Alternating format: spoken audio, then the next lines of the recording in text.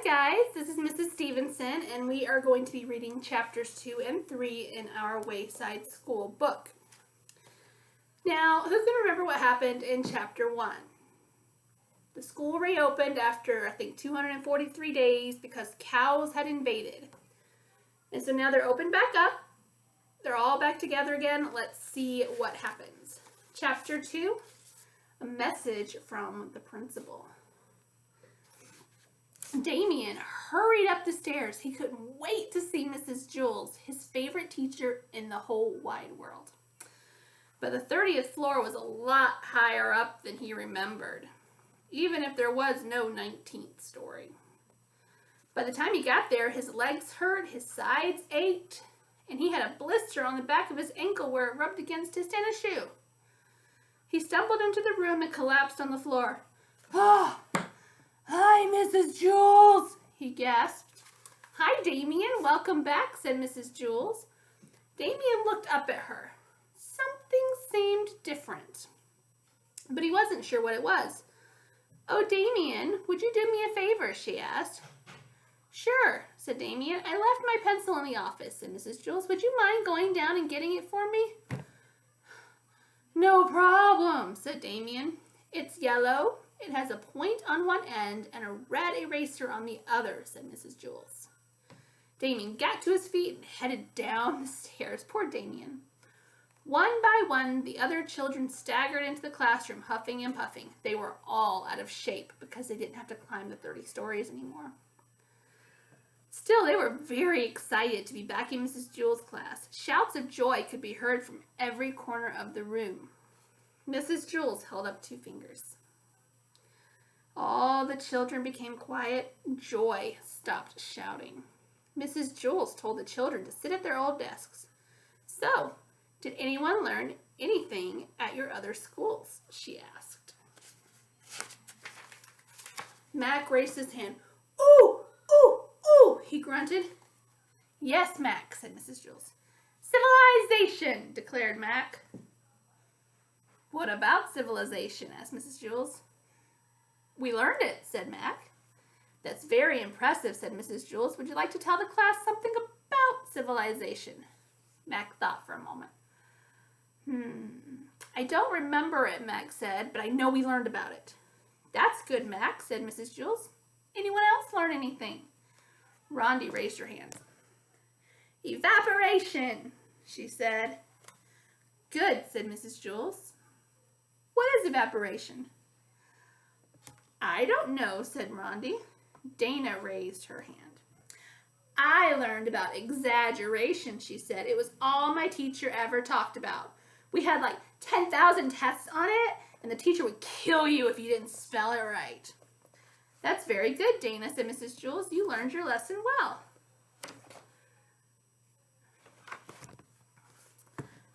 "I did?" said Dana. Mrs. Jules shrugged. "Well, I guess we'll just continue where we left off." Just then, Mr. Kidswater's voice came over the intercom system. "Good morning, boys and girls." Mr. Kidswater was the principal. He paused a moment because he thought every kid in school was saying, "Good morning, Mr. Kidswater," back to him. Nobody said it. Sherry buried her head in her huge coat, closed her eyes, and went to sleep. "Welcome back to Wayside School," said Mr. Kidswater. "I know I'm sure glad to be back. It was wonderful to see all your bright and chipper faces this morning. I missed every single one of you. And welcome back to Miss Mush, too. Today's lunch menu will be baked liver and purple sauce. Miss Mush actually cooked this before the school was closed, but she assures me it's still as tasty as ever." "I'm sure it is," said Myron. "A safety reminder. Now, it has been a while since you've had to rush up and down the stairs, so I want to make sure there are no accidents. So remember this simple rule. When you go up the stairs, stay to your right. When you go down the stairs, stay to your left. That way there should be no problems. Okay, let's all have a good day, and remember, I'm your friend, and you're my friend, and if you ever need a friend, you can always come to me." "Isn't that nice?" said Mrs. Jules. I want you guys to think about that. Is it going to be a problem if going up you're on the right and coming down you're on the left? Think about your body when you're going up the stairs, and think about your body coming down the stairs. What kind of problem do you see happening? All right. What a bunch of baloney. There I was laying on a beach in Jamaica when I get a fax that the dumb school was back open. Well, those kids better not bother me. My friends, that's a joke. Like, I'd really want to be friends with those little snot-nosed... What? Don't you tell me to shut up. You shut up. What's on? You mean they're hearing what I'm saying right this second? Well, how do you turn it off? What button? I don't see a red button. There is no red button. Oh, here it is. The principal left the intercom on. He's not very nice, is he? I'm glad that our principal, Mrs. Shannon, would never say something like that. She's always kind and she loves everybody. All right, we're going to read chapter 3, Poetry. And she looks a little confused. So let's see what we can learn about poetry from Wayside School. Mrs. Jules told everyone to pick a color and write a poem about it. Huh? Said Joy. For example, said Mrs. Jules, if brown was your favorite color, you might write. If at the circus I saw a clown, on his face was a great big frown. His sad eyes were big and brown. Could you repeat that just a little slower? Asked Joy, and Mrs. Jules repeated it for her. Ooh, ooh, I'm going to do purple, said Rondi. Rondi loved anything purple. You can't do purple, said Allison. I'm doing it. So, said Rondi, Mrs. Jules didn't say two people couldn't do the same color.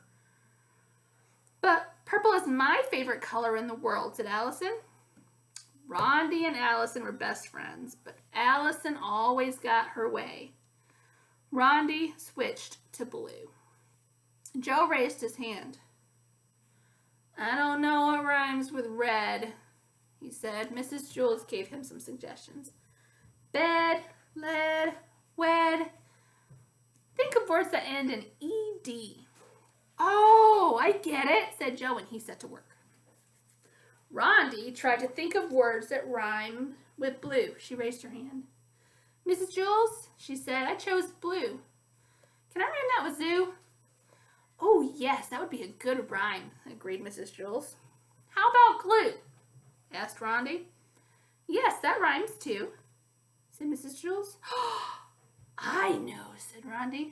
How about stew? Just pick one and get started, said Mrs. Jules. Rondi smiled. This is fun, she told Allison. There are lots of words that rhyme with blue. Allison grunted. Nothing rhymed with purple. In her mind, Allison had gone through every letter of the alphabet. Arple, burple, kerple, derple, all the way to zerple. But after making a big stink over it with Rondi, she couldn't switch colors now. Rondi was just about to start her poem when she got an even better idea. Love that's true. Poets are always writing about love that's true, aren't they, Mrs. Jules? Sometimes, said Mrs. Jules. Rondi smiled. Except she really didn't know much about true love. Morning dew, she said. Poets write about morning dew too, don't they, Mrs. Jules? I believe so, said Mrs. Jules. Dana walked to Mrs. Jules' desk. Well, I can't think of anything that rhymes with pink, she complained. I'm sure you'll think of something, said Mrs. Jules as she winked at her. I can't think, said Dana. My mind's on the blink. I'm no good at poetry. I stink. Ooh. Just keep trying, said Mrs. Jules.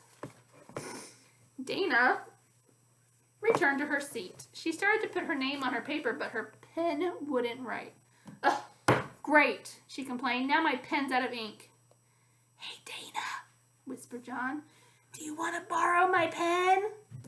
Sure, said Dana. Ha ha! Too bad I'm using it, said John, and then he and Joe cracked up. Meanwhile, Allison was going through the alphabet for the 10th time. Merple, nurple, warple, quirple, she thought. My left shoe, exclaimed Rondi. You better choose something, Rondi, and get started, advised Mrs. Jewell. I Got it, said Rondi. A bird that flew. At the end of the day, the children turned in their poems. Yellow by Kathy. I don't feel too well, oh. I don't know who to tell, oh. I'm sick and I smell, oh. My barf is yellow. Pretty good. Green by Stephen. The swimming pool has lots of chlorine. It turned my hair green. Brown by Joy. At the circus I saw a clown. On his face was a great big frown. His sad eyes were big and brown. She just copied the teacher. Oh, Joy. Red by Joe. The fire truck is red. It hurried. The siren wailed. The house burned. The fireman saved the baby who screamed. Did any of those words rhyme with red? But Mrs. Jules told him to look for ED words. And all of his words end in ED, but they don't say ed. Isn't that interesting? Poor Joe. Pink by Dana. My favorite color is pink. John is a rat fink. Oh, here's Allison's poem on purple. Purple by Allison. The baby won't stop crying. His face is turning purple. Will anything make him feel better? I bet a burple. So she used a contraction to rhyme with purple. Very creative. Blue by Rondi. That was as far as she got. So poor Rondi didn't even write a poem. My goodness. All right, guys. That was chapter 2 and 3. On Thursday, we will read chapters 4 and 5. Thank you guys for tuning in to Stevenson Storytime. And I will see you guys tomorrow for 3rd through 5th grade art. Bye, guys.